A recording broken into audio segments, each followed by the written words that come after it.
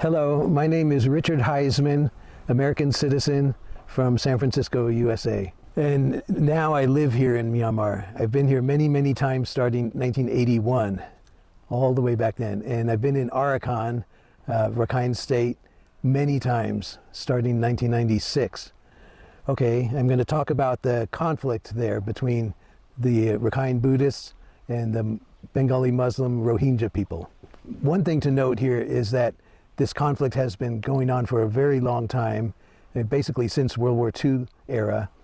And more recently, there's been 3 major attacks by the Bengali Muslim Rohingya in 2012, 2016, and then only 10 months after that, 2017. The 2017 attack was quite amazing in that it was what should be called the world's largest terrorist attack in history. At that time, August 25th, 2017, surprise attack in the early morning started against almost 150 targets. These were villages and army bases. There were about 30 army bases attacked, police outposts, army bases, and then also about 80 or so villages attacked that very morning. And some other villages were attacked the next day because they didn't get the message quick enough the night before. The reason why it should be noted as the world's largest terrorist attack is that the numbers are staggering. There were 150 or so targets attacked, each by hundreds of organized Rohingya men and boys. And they did not have sophisticated weapons. Some did have assault rifles, but most of the weaponry was clubs and knives and machete type instruments. It was all done by surprise, and if you think about it, you think about 911 in New York when that terrorist act happened. That was considered very big because it was like 19 hijackers, 5 different targets, etc. But this was 150 or 160 or so targets, and actually about 100,000 or so assailants against all these targets, and many villages were affected, attacked. People were killed by the Muslims, hacked to death usually by long knives. Some were shot. And then for about 2 weeks, it was a very tense situation as the Muslims were continuing to attack and burn villages and so on. The army, the Burmese army called the Tatmadaw, had to interfere, of course, as the army of any country would have to do. All countries have a force that is meant to repel invaders and bring, stop the violence that's happening. Well, here you had Tatmadaw going in to chase the rebels out or eliminate them. It was against the army action was against the Bengali Muslim Rohingya people, and that took a couple weeks to do. Now, this similar type of attack happened in 2012 as well as 2016. All 3 of these incidents, clearly, if you look at all the facts, were started by the Muslims and perpetrated. They had plans that they had made using the mosque as their headquarters. The mosque in the villages was very responsible for the brainwashing that happened against the people. We have collected many interviews and statements from prisoners, Muslim prisoners who were caught and debriefed and so on. And they all state that their mosque and their Malawi is the Islamic holy man, the Malawis brainwashed and indoctrinated the people to carry out the attacks with the goal was clearly to take over, to expel all Buddhists, all Hindus, the Hindu minority there as well, and other tribal people, expel all non-Muslims. So many interviews had the prisoners or the interviewees said this, so that you had, in the mosque, you had the leaders of the mosque teaching people about the goals. And the goal was to eliminate all and then have that land break off from Burma or Myanmar, break off and become an autonomous state, Islamic state.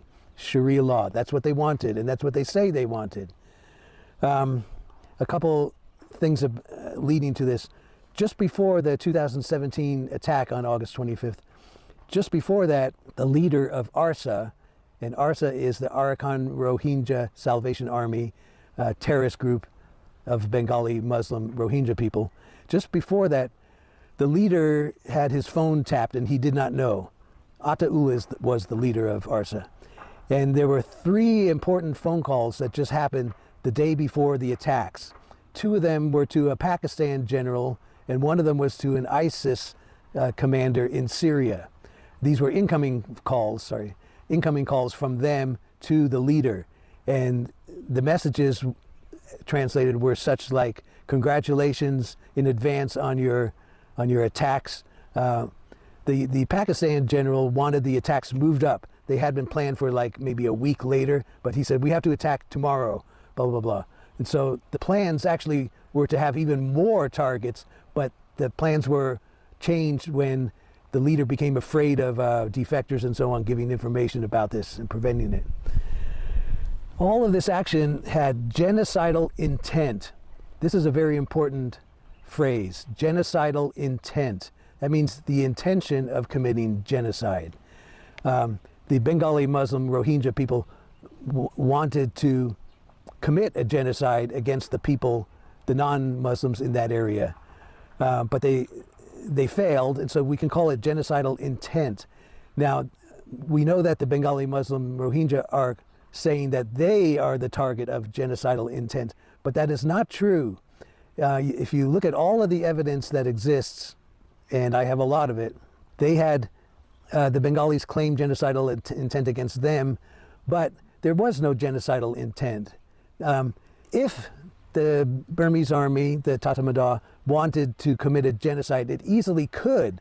It could drive all those people across the border or kill them all or something. It could do that, but it didn't. It was doing the kind of police work that any country has to do when somebody invades like that. More about global genocidal intent soon. Let's see. Okay, now we should look at the history of, briefly look at the history behind this. Let me get one paper here. Okay, so the history there, back in 1942, during World War II, there was a big massacre, the Mongda Butitang massacre, and that is when many Buddhists were killed. Maybe 30,000 Buddhists were killed. 100,000 Buddhists had to flee. 400 or more villages, Buddhist villages, were set on fire. Even British officials at that time said, wow, the fires, the burning villages and everything, the Muslims are taking over from the Buddhists, and the Buddhists have no future here if this continues. These are quotes from British observers at that time. And then there was like an underground war then between the Mujahideen, as they called themselves. Mujahideen is an Arabic word. The Mujahideen guerrillas, fighters, carried out a maybe 15-year campaign, and back and forth, fighting.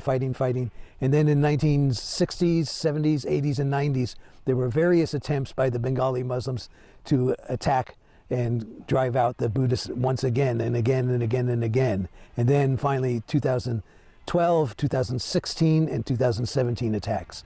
In all of these cases, the perpetrator was the Bengali Muslim Rohingya, not the other way around. The Buddhists did not ever start fighting.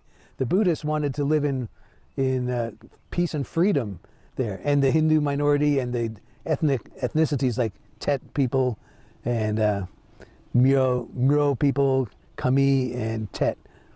Let's talk about mass graves. After 2017, Bengali Muslims screamed about major massacres in places like Tulatoli, Gudarpian, Mongnu, Indin.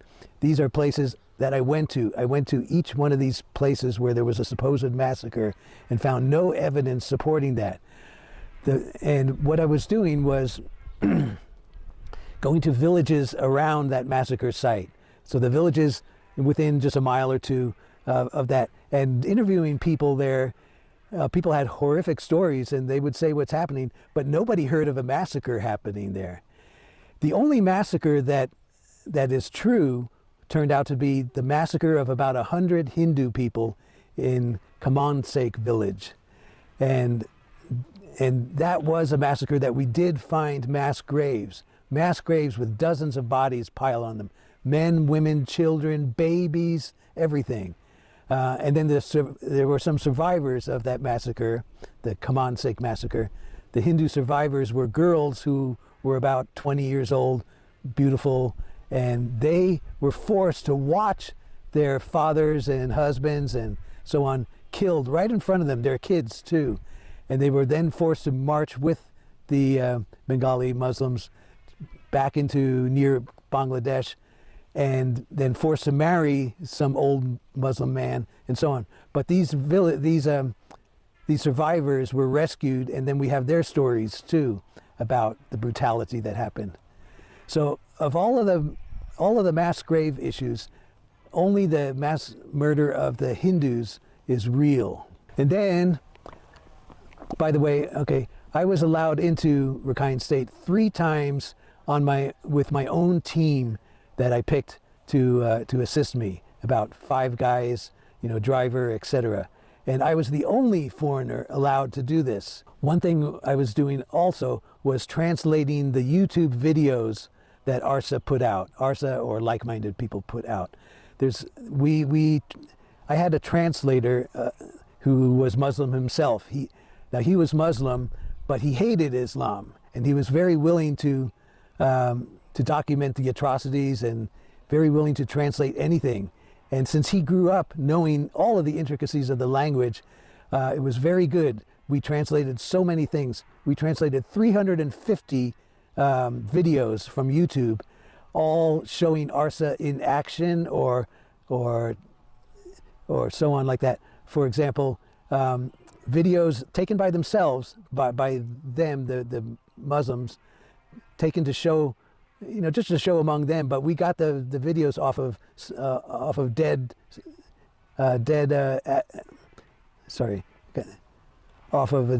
killers and so on. We got their phones, and often we were able to break into them and get the videos of them putting on black hoods and shirts and pants and then marching with knives to a Buddhist village in order to kill everyone. And they did that. We have hundreds of videos of that.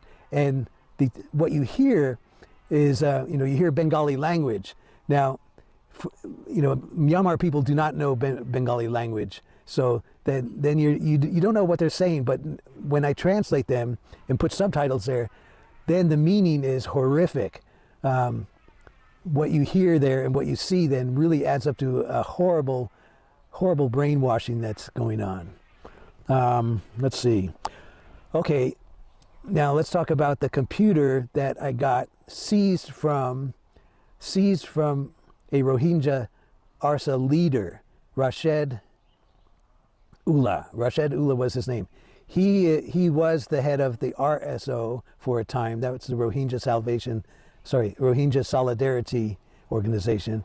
And we broke into this computer that he had. He did not know about passwords or something, but we snatched the computer, and it turned out to have over 700 videos on it. And these were videos that we carefully examined and documented, translated, and posted. These are videos taken in the Mayu Mountains at secret training camps that they had. The Mayu Mountains are the main mountains that are in that area. And videos taken at a secret base in Saudi Arabia where the Bengali insurgents were training, clearly in Saudi Arabia. And there's many links between those two areas, Mayu Mountain videos and the Saudi Arabia videos.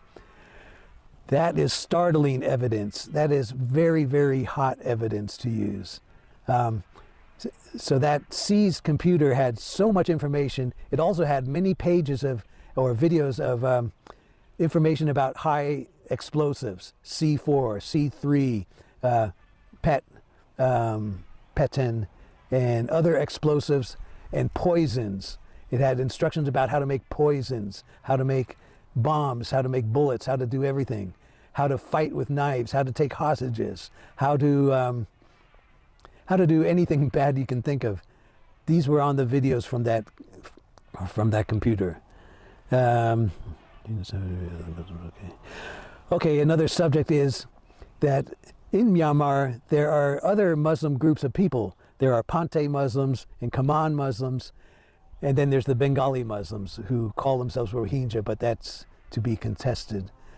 The Kaman Muslims and Pante Muslims are both equal citizens, and they have been citizens since the founding of the nation. They make no trouble. That's the main thing. These other Muslim group populations in Myanmar, they don't make any trouble. They don't agitate for their own land, etc. It is only the Bengali Muslims that fight. They have never been at peace in their corner of the state there. They've always wanted to break away. And they fail, and they fight. Pante Muslims originally came from China, Chinese Muslims that came across the border. And then Kaman Muslims, their heritage is from Persia, from a long time ago. The Bengali Muslims harken back to Bangladesh areas, which, and when Bangladesh was part of India, was called East Bengal. And so Bengali, yeah, the Muslims come from there. But the Muslims currently in Myanmar, many of the Bengali Muslims try to convince the authorities that they are actually Kaman Muslims, which they are not, because the Kaman Muslims, are free, are much more viable than Bengali Muslims. So the bottom line is Bengali Muslims have forever been kind of a problem population, creating problems, agitating for autonomy, etc., etc.